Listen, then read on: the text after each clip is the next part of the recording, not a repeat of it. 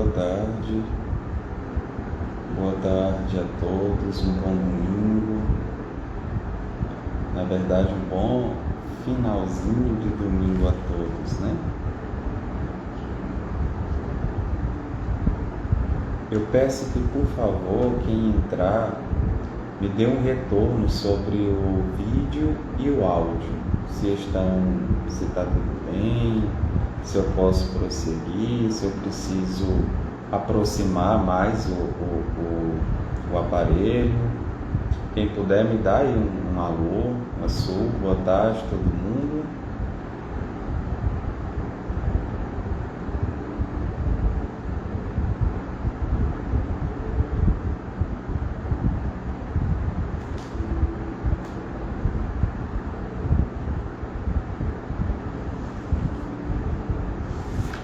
O som tá bem? O som tá bom?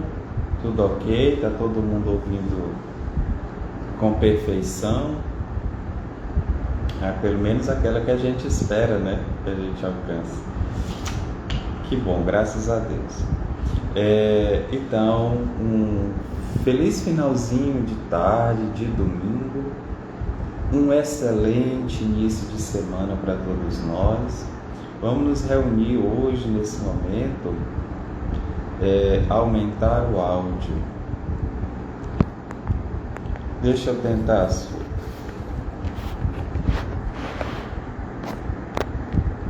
Eu vou aproximar aqui de mim. Você acha que tá bom? Eu aproximei aqui o aparelho e eu vou me aproximar mais do aparelho. Tá bom? Aumentar o som da voz. Eba! Tá tudo certo? Vou continuar, tá? Vou ficar mais pertinho aqui para dar tudo certo, pra gente fazer, tá? Então vamos lá. Nesse início de semana, nada como a gente entrar, né? Mais uma semana. Já estamos aí no finalzinho do mês de maio. Falando, estudando sobre o Evangelho, né? Sobre essa divina carta magna de amor, essa proposta evolutiva que está, cada dia que passa, em maior compreensão, né? Em maior alcance a todos nós. Então vamos começar com uma mensagem. Eu tirei essa mensagem do livro Messe de Amor, que é um livro da benfeitora Joana de Ângeles, pelo médium Divaldo Pereira Franco. Eu não vou ler a mensagem completa, porque ela é extensa, mas ela é bem iluminativa. E a gente vai tentar pensar um pouco, né, em redor dessa mensagem, refletir, alcançar um estado de reflexão e, com isso, de receptividade daquilo que a gente vai tentar promover agora nesse encontro de muita luz, né? A mensagem intitulada de E Viverás é a mensagem de número 39 do livro Messe de Amor. Estás extenuado, cansaço, dúvida, infortúnio são as expressões que enlutam os teus lábios. Desencorajado pelos companheiros que abusaram das fontes generosas da tua confiança pura, não te animas a encetar novas amizades. Sabes, porém, que o desânimo é implacável inquilino do domicílio espiritual. Entretanto, acreditas em abandono e não reages. Não ignoras que a lâmina aguçada não é responsável pelos cortes que produz, mas entregas o instrumento da produção à ferrugem, sem o necessário esforço de movimentá-lo em sentido edificante. Sempre podes recomeçar, amigo. Interioriza a busca da felicidade e descobre os tesouros que podes dispor em favor dos outros. Teu cansaço também é cansaço de muitos que te deixaram a sós. Tua dúvida é o resultado da aflição dos que fugiram de teu círculo. Teu infortúnio é a desesperação daqueles outros que só sobraram nas ondas encrespadas do testemunho. Sem que saibas, és pedagogo para outros aprendizes. Há consideração em redor de teus passos. O carinho aguarda momento de falar-te. A alegria não é tua adversária. Vai àqueles que não podem vir a ti. Esquece mágoas que não têm fundamento. Quem fere propositadamente está doente da razão. Espírito algum se libertará da terra a caminho de um céu pessoal para gozo próprio. Não esqueças de que o bem que se faz é o único trabalho que faz bem. E esse serviço em favor dos outros é a caridade única em favor de nós mesmos, que podes atingir o cerne da alma, libertando-a para o sacerdócio do soerguimento do mundo. Encerrando a entrevista com o sacerdote que procurava confundi-lo, disse o mestre na parábola do samaritano: vai e faze o mesmo. Então a gente vê aqui nessa mensagem muito oportuna o convite da benfeitora Joana de Ângeles para que nós possamos perceber, enquanto indivíduos, enquanto seres humanos, enquanto aqueles que estão, ou que estamos aí, galgando por nós mesmos essas conquistas das virtudes, esse alcançar do bem em nós, em nossa própria consciência, tudo aquilo que a gente já pode fazer com relação aos outros. Porque muitas vezes nós reclamamos, nós não entendemos, nós nos afligimos ou nós perdemos a paz por conta das atitudes dos nossos irmãos de jornada, dos nossos companheiros, dos nossos amigos, da nossa família, não é verdade?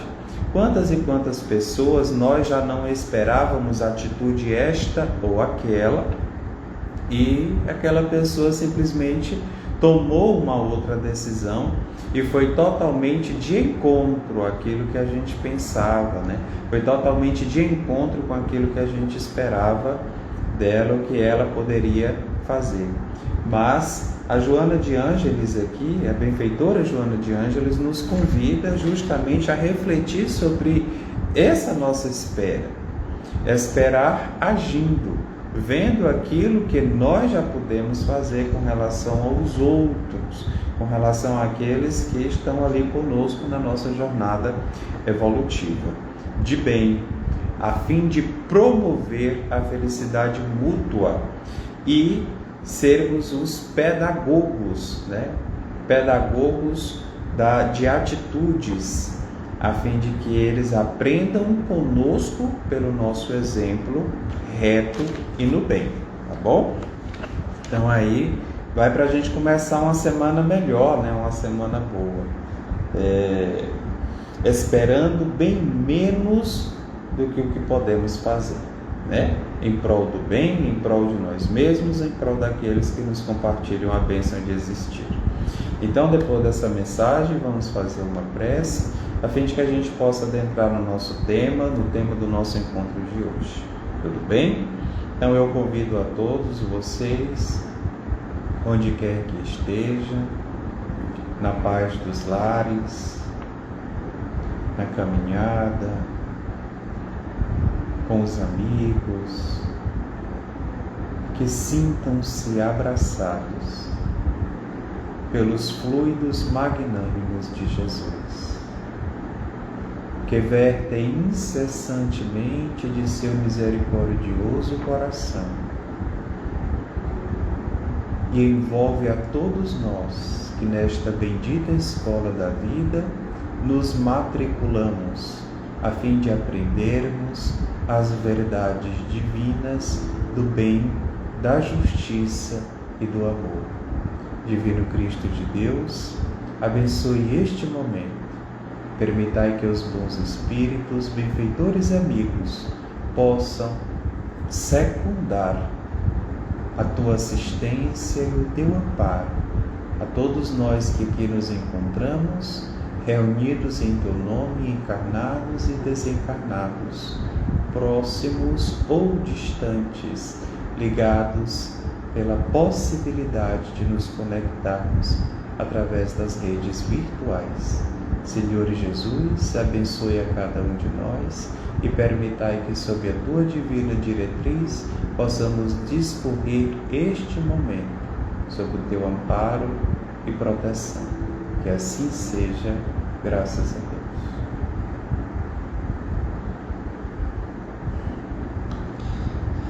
Então, meus queridos amigos e amigas que estão aqui acompanhando a nossa reunião, a nossa doutrinária, nosso encontro pela página do Centro Espírita Nosso Lar. É uma alegria, faço parte desse centro desde, eu acho que 2014, 2015, né? E é com muita alegria que eu venho aqui todas as vezes para que a gente possa conversar. Então hoje nós vamos discutir um pouco sobre o resumo, nós vamos discutir um pouco sobre os precursores da doutrina espírita, ou precursores do espiritismo. E para isso nós vamos o quê? Nós vamos passar diretamente pelo resumo da doutrina de Sócrates e Platão, tá? Esse assunto ele fica na introdução do Evangelho segundo o Espiritismo. Como é um estudo sequenciado, e quem tiver aí o Evangelho em mãos, pode pegar para acompanhar aqui a gente um pouco com relação ao que a gente vai falar, né? Então é o item 4, precursores da doutrina espírita ou da doutrina cristã e do espiritismo. Então eu busquei aqui para a gente algumas informações para que venham a aclarar sobre o nosso tema de hoje. Esse tema, ele está dentro de uma parte do Evangelho por nome Introdução. Essa introdução é de suma importância. É onde Allan Kardec vai nos preparar em cada obra. Você pode perceber que no Livro dos Espíritos existe uma introdução não ao Livro dos Espíritos, mas uma introdução ao estudo da doutrina espírita. E de várias páginas, a fim de que naquela introdução ele está aplainando o nosso conhecimento, nos dando as chaves de que precisamos para a gente poder adentrar a assuntos mais complexos, entender algumas palavras, entender o processo de todo o desenvolvimento, tanto da doutrina espírita, quanto o desenvolvimento daquele livro. E o Evangelho segundo o Espiritismo, ele não foge a essa regra. Então nós estamos aqui estudando com vocês a introdução. Esse é o item 4, tá? Que é os precursores da doutrina espírita. Então, o que seria precursor? Quando nós falamos de precursores, o que nós podemos entender, né? O que seria e por que precursor? Qual a utilidade de se ter um precursor dentre as revelações espirituais, dentre todo esse trabalho, né, de desenvolvimento dessas revelações espirituais? Então vamos lá. Precursor nada mais é do que aquele ou do que, pode ser do que ou daquele que vem à frente. Como o nome mesmo sugere, precursor, que é de prévio, que vem antes, que vem primeiro. Que ou de quem vem adiante de alguém para anunciar a sua chegada, ou quem anuncia ou prevê um acontecimento futuro, dentre outros conceitos que facilmente a gente pode encontrar aí, né, hoje em dia com essa facilidade de informações na internet. Mas para a gente, para o nosso conceito aqui, para o nosso encontro, o precursor é aquele que vem previamente, que vem antes, ou quem, né, vai preparar ali, a chegada, anunciar a chegada, que vem à frente, que vem anunciar ou prever um acontecimento futuro. Vocês lembram lá do profeta Isaías, né, que prenuncia a vinda do Messias, do Salvador, lá em Belém, né, e do Belém Eufrata, mais pequenino que todas as cidades da Judéia, ele diz que há nascer aquele que salvará todas as nações, a nossa nação. Então, naquela época, os profetas vinham como precursores. E lá no livro Boa Nova, do irmão X, a gente vê também, né, o precursor de Jesus. Tem até um capítulo, o segundo capítulo, que ele é intitulado de Precursor, trazendo-nos um pouco ali sobre a história do nascimento de João Batista, né? E aqui a doutrina espírita também teve os seus precursores, aqueles que vieram primeiro, né? E Allan Kardec nos fala uma coisa muito interessante aqui nessa introdução do Evangelho segundo o Espiritismo. Ele nos diz aqui o seguinte, que as grandes ideias, né, não surgem nunca subitamente. As que têm por base a verdade têm sempre seus precursores, que eles preparam parcialmente os caminhos.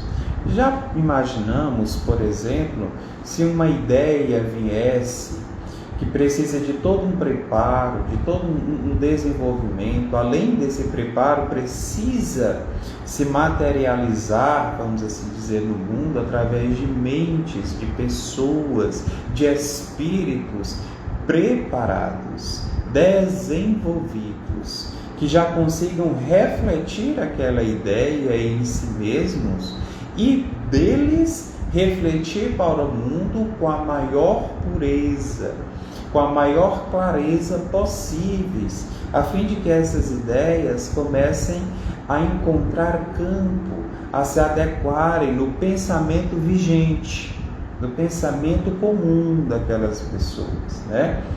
Então, Allan Kardec nos alerta sobre isso, que nada vem bruscamente, nenhuma dessas ideias que tem como objetivo o alavancar do pensamento, o alavancar da humanidade, o impulsionamento, elas podem vir de sôfrego, né? Elas podem vir assim abruptamente, de repente. Não, são preparadas, né?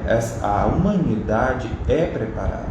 De tempos em tempos, a humanidade alcança um nível evolutivo, um nível de progresso, tanto intelectual quanto moral, e que servem de base para receber determinadas ideias, que vindo outrora ou antes, né, que vindo bem antes, não conseguiriam campo para germinação propícia, para que essas ideias pudessem de fato germinar, fossem plantadas, pudessem germinar e pudessem dar frutos.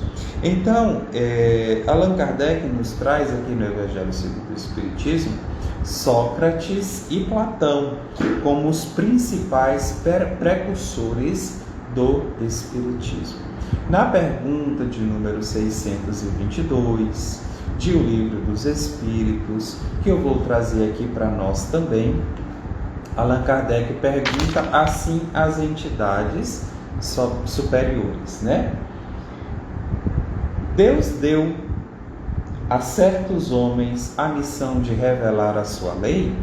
Será que Deus não poderia simplesmente enviar todas as ideias, todas as verdades espirituais prontas, abruptamente assim, do alto para a terra, vamos dizer assim, do alto para o baixo. Eu falo do alto, eu quero que nós entendamos que esse alto que eu falo dos campos puros, das verdades puras, onde nós mesmos conseguimos aurir das fontes superiores da vida o entendimento, a sabedoria, as noções de justiça, de fraternidade, que pouco a pouco vão se desenvolvendo em nós, né, como espíritos imortais.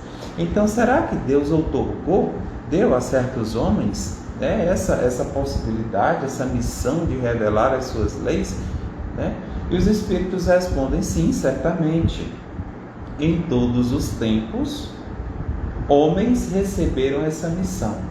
São os espíritos superiores, encarnados com o objetivo de fazer a humanidade avançar. Então, de tempos em tempos, nós tivemos aí espíritos superiores, espíritos de escola, espíritos que já conseguiam refletir em si essas ideias mais avançadas de amor, de justiça, de Deus, de fraternidade. Tiveram um senso com mais discernimento para poder ajudar aqueles que se encontravam ainda com essas ideias totalmente por se desenvolver, apenas com as suas bases, né? Então, nós temos aqui, eu separei para nós um pouquinho da história de Sócrates. Sócrates foi uma daquelas figuras, que viveu lá em Atenas em mais ou menos 490, 457 a.C. Vamos arredondar para 500 anos antes de Cristo, né? Ele aure os seus conhecimentos numa escola filosófica de Anaxágoras, e ele traz essa proposta da filosofia, do conhecimento filosófico, do physis do macrocosmo, porque até antes, a maioria dos filósofos, a grande maioria dos filósofos, estava preocupada em explicar a Terra, explicar o universo, explicar os astros. Teve muita, vamos dizer assim, desenvolvimento dessas ideias por conta de uma cultura, de uma religião que eles tinham naquela época, e que era quase que cultural, chamada de orfismo, né? Então, eles estão saindo da physis, é um processo em que eles estão desenvolvendo uma physis do macrocosmo para o microcosmo.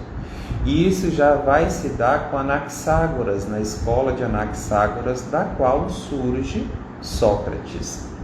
Então, Sócrates vai ali fazer uma, vamos dizer assim, uma revolução filosófica na sua época. Todos nós sabemos que Sócrates, assim como Jesus, não deixou nada escrito, e conhecemos a Sócrates pelos escritos dos seus discípulos, daqueles que eram seus pupilos, como, por exemplo, Platão.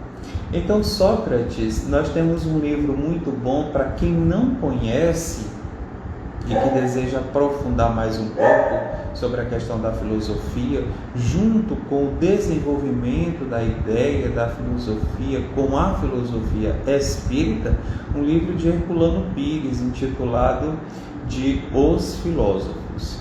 Então, Sócrates era filho de um escultor, que naquela época não era uma profissão que conseguia, trazer ao seu profissional um avantajado vencimento econômico, E ele era também filho de uma parteira, essa parteira chamada Fenareta ou Fenaretas, Então, essa parteira fazia de fato partos, ajudava mulheres a darem à luz. E é engraçado que, na verdade, não é engraçado, é curioso, que isso vai dar uma proposta filosófica que Sócrates consolida na sua época, chamada de maiêutica. A maiêutica é a escola filosófica, o pensamento filosófico, a dialética de Sócrates, aonde ele, de fato, literalmente, defende que podemos dar luz às ideias, luz ao pensamento, luz aos conceitos. É como que pudéssemos captar as ideias que estão esparsas no campo das ideias, vamos dizer assim, isso filosoficamente falando, e a partir do momento que nós vamos nos interiorizando, nós vamos fazendo aquele trabalho de olhar para nós e nos perguntando, né, questionando-nos acerca do que nos estimula no exterior, nós vamos encontrando aí as respostas mais ou menos claras. Um exemplo em alguns livros de Platão, especialmente no Banquete, quem tiver a oportunidade de ler também um excelente livro de filosofia, aonde Platão vai nos falar sobre um banquete onde os filósofos, né, antigamente se teria o costume de conversar sobre os conceitos, variados conceitos, reunidos ali entre comes e bebes, entre vinhos e de variedades ali de comidas daquela época, e aí eles começavam a dissertar sobre o amor, sobre a amizade, sobre a fraternidade, sobre a justiça, né? E então Sócrates fala que viu um amigo, mais ou menos um amigo, né? E que estava muito triste, chega para ele e pergunta: por que você está tão triste assim? O seu conhecido, seu amigo, fala que é por conta de um amigo que o traiu. Mas você sabe o que é amizade? Mas o que é amizade, né? Mas o que é traição? Então ele vai questionando, vai perguntando, vai interpondo ao interlocutor, incentivando este interlocutor a trazer essas respostas. Por quê? Se a pessoa acha que determinados valores configuram a amizade, então, quando a pessoa não tem determinados valores, obviamente ela está incapaz, né, de, vamos dizer, de refletir em si mesma a questão da amizade. Portanto, ela é incapaz de ser um amigo de quem quer que seja.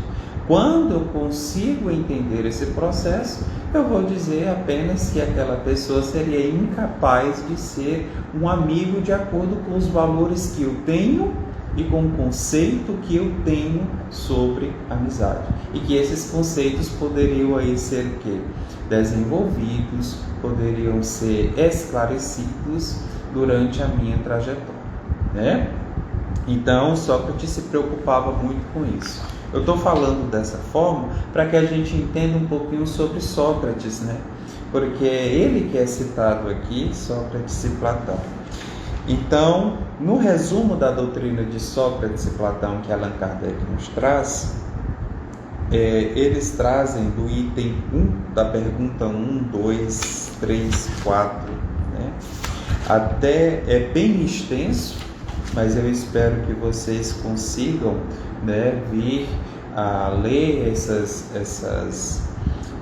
introduções aqui, a fim de que a gente possa entender o quanto que a doutrina espírita é histórica, o quanto a doutrina espírita é de todos os tempos, mas ganha o seu caráter filosófico, se consolida no mundo apenas em 1857, também através do trabalho de um espírito de escola, de Hipólito Leon Denis Rivari. Mas vamos lá em 500 anos antes de Cristo, aonde Sócrates já falava que o homem é uma alma encarnada.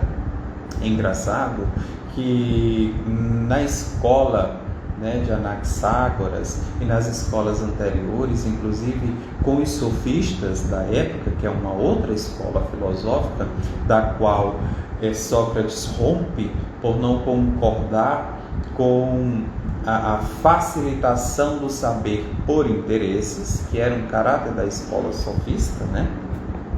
De que se dizia, principalmente na escola de Anaxágoras, que a matéria seria um desagregado que se agregaria de elementos e de partículas por algo, um agente que seria imaterial. Então Sócrates chama de alma, dizendo que o homem é uma alma encarnada, falando já naquela época que a vida, por exemplo, e que toda a natureza não poderia ser um acaso, um fruto de um acaso, que não poderia ser aí o quê? Uma agregação fortuita de elementos e de partículas, que tanto dentro da matéria quanto fora desta deveria haver algo agregador, algo ali que estivesse imantando, mesmo que ocultamente, né, aquele universo, a vida, a natureza, a fim de que cada coisa tivesse seu lugar e a sua utilidade no lugar em que se encontrava. Então, Sócrates também nos fala aqui no início do Evangelho segundo o Espiritismo, por exemplo, que a alma separa-se dos modelos primordiais para encarnar e depois, esquecendo-se do seu passado, fica mais ou menos atormentada pelo desejo de voltar aí aos seus modelos primordiais. É como que Sócrates falasse para nós, por exemplo, que a alma viesse de... Antigamente se pensava muito nos que hoje nós damos o nome de arquétipos, de modelos, né? Seriam modelos primordiais. Seria como se existisse um mundo de ideias, seria como se existisse um mundo do pensamento, seria como se existisse um mundo da imaginação, um mundo que era excepcionalmente mental. E as almas se destacariam deste mundo para encarnar aqui na Terra, na matéria, para de fato ali aprenderem alguma coisa. Allan Kardec compara, faz uma analogia a esse ensinamento de Sócrates, nos dizendo principalmente da vaga intuição que nós temos das existências pregressas, da imortalidade da alma e, enfim, seria também o germe da doutrina dos anjos decaídos. Porque é como se esse plano mental, se esse plano de imaginação, fosse puro. E nós viemos de um plano puro para encarnar e aqui nos melhorar. É óbvio que teria muitas situações em que a gente poderia conversar sobre esse tema, mas seria mais ou menos isso, né? Ele fala também que enquanto tivermos nosso corpo e a alma estiver mergulhada nessa corrupção, ou seja, falava que o nosso corpo, pelas necessidades comuns, seria uma proposta para que a alma expressasse os seus desejos. E a matéria poderia, portanto, contribuir para a corrupção dos sentidos espirituais da nossa alma, do nosso espírito, né? Então temos aqui o princípio das aptidões, dos dons da alma, obscurecido pelas sensações do corpo físico, aonde encontramos lá na vida espírita, no livro dos Espíritos, muitas perguntas acerca das sensações da alma e da impossibilidade do espírito encarnado mostrar, evidenciar todos os dons do espírito, porque o corpo orgânico funciona como um amortecedor, um atenuador do espírito encarnado. Sócrates também vai falar um pouco sobre a reencarnação, mas alegando que a alma impura poderia retornar em processos reencarnatórios, inclusive no corpo de animais, onde nós chamamos este processo de metempsicose. Já lá com a doutrina espírita, nós aprendemos que a alma não retroage, não retrograda, não evolui. Portanto, a partir do momento que o princípio inteligente alcança o reino da razão, o hominal, o das ideias, da imaginação, da vontade, conserva a sua individualidade como tal e dali progride, dali evolui, dali continua o seu processo, de melhoramento. Então, aqui nós também podemos ver em Sócrates a palavra daimon, Dizia-se que Sócrates, quando estava caminhando numa rua, quando estava ou à noite ou durante o dia, não importava quando, mas como acontecia. Um fato muito curioso, que acontecia com ele. E aí a gente tem várias interpretações ao longo do tempo. E dentro da doutrina espírita nós também temos a interpretação, pela visão do espírito imortal. Ele entrava num estado cataléptico, ele simplesmente se imobilizava, ele paralisava de fato, e ficava num estado absorto, ficava num estado contemplativo. Qualquer estímulo que viesse de fora, do exterior, não o tirava daquele estado. Inclusive, certa noite, foram mandar chamar Sócrates para jantar e ele estava na porta da casa do vizinho, nesse estado de êxtase, nesse estado de vamos dizer assim, de cataléptico mesmo, E ele dizia que quando esse estado acontecia, é porque ele estava dialogando com o seu daemon, o seu demônio, que não tinha em nenhum momento a conotação, da palavra, dessa mesma palavra que temos hoje. Na época, daimon significava gênio, então ele estava, pelo grego daimon significa gênio, então ele estava ali a dialogar com o seu gênio.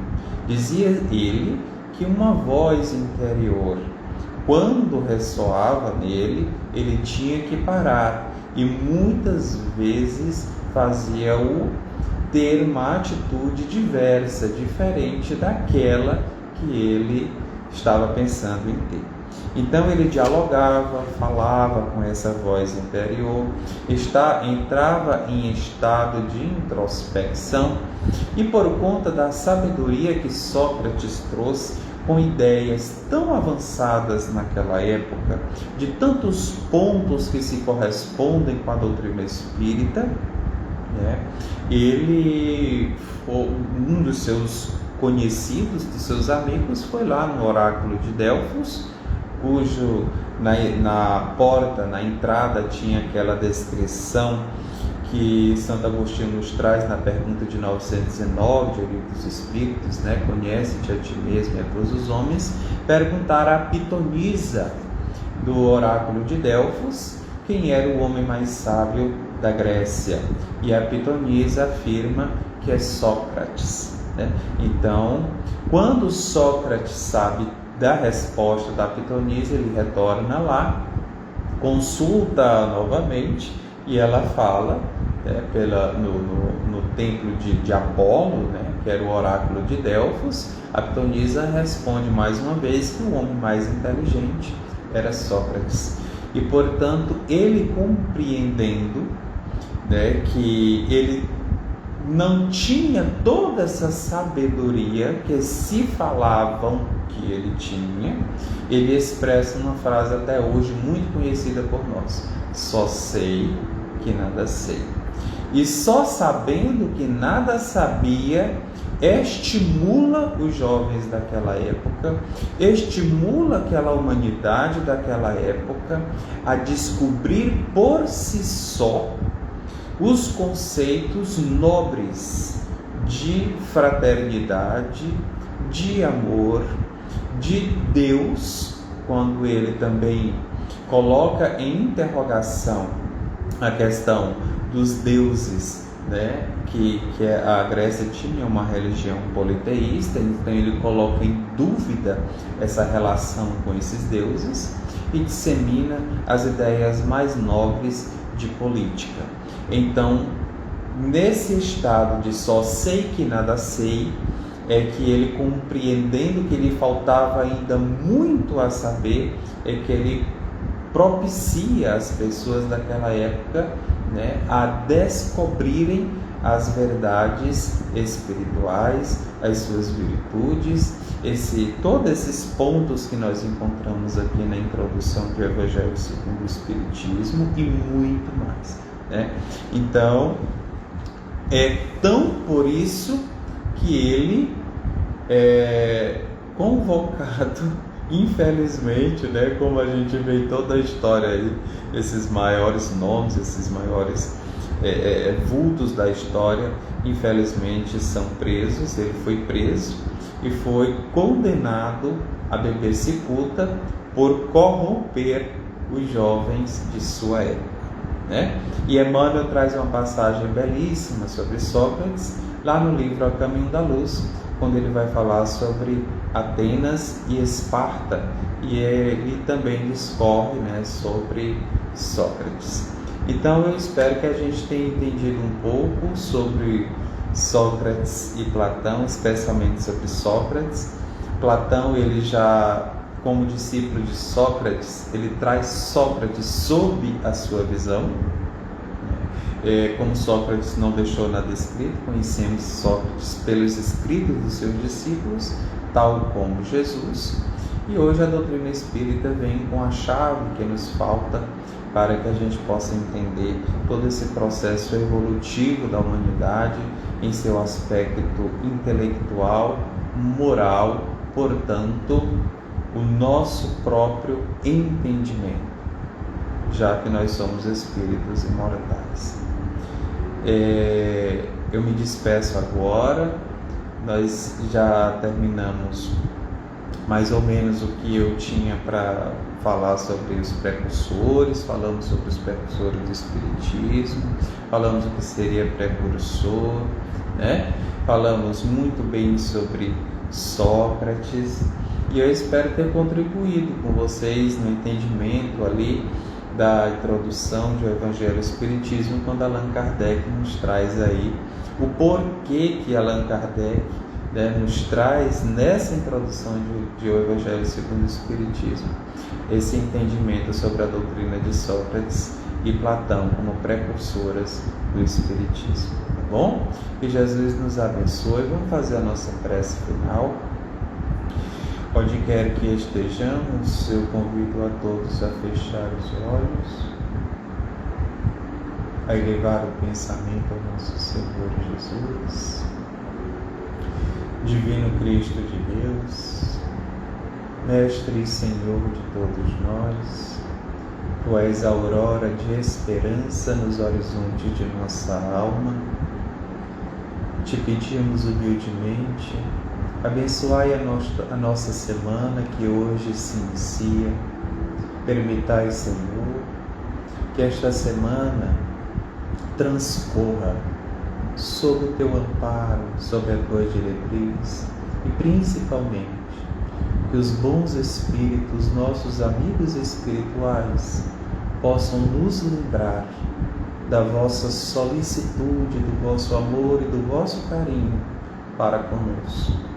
Permitai que eles nos insuflem a fé, a esperança e a certeza de que Tu estás a caminho conosco nesta divina estrada ascensional.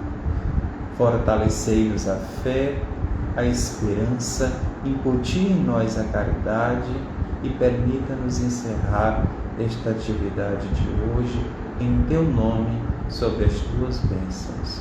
Que assim seja, graças a Deus.